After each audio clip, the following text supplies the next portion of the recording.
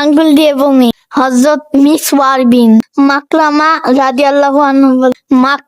রাদিয়াল্লাহু আনহু বলেন, হযরত ওমর ফারুক রাদিয়াল্লাহু আনহু থেকে তাকওয়া ও পরহেজগারি শিখতে আমরা তার কাছাকাছি থাকতাম। একবারের ঘটনা, একটি পেয়ালায় করে তাকে কিছু দুধ দেওয়া হলো। তিনি সাধারণভাবে তাতে চুমুক দিলেন। পরক্ষণেই তার হুঁশ হলো। তিনি সতর্ক হয়ে উঠলেন। দুধ পরিবেশনকারীকে জিজ্ঞেস করলেন, এই দুধ কোথায় পেলে? দুধ পরিবেশনকারী বলল, পানির ঘাটে গিয়েছিলাম। সেখানে সদকা ও জাকাতের এক পাল ছাগল এসে পানি পান করতে লাগলো। রাখাল আমাকে ওই পালের দুধ দহন করে দিল। সেখান থেকে আমি আপনার জন্য নিয়ে এলাম। এই কথা শুনে হযরত ওমর রাদিয়াল্লাহু আনহু অস্থির হয়ে উঠলেন। আগুনে পোড়া মানুষের মতো ছটফট করতে লাগলেন। তিনি গলায় আঙ্গুল ঢুকিয়ে পুরো দুধ বমি করে বের করে ফেললেন।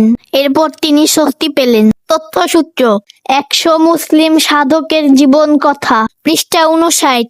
দেখলে তো বন্ধুরা, নবীজির সাহাবীরা আল্লাহ তাআলাকে কতটা ভয় করতেন, হারাম জিনিস থেকে কতটা সাবধান থাকতেন।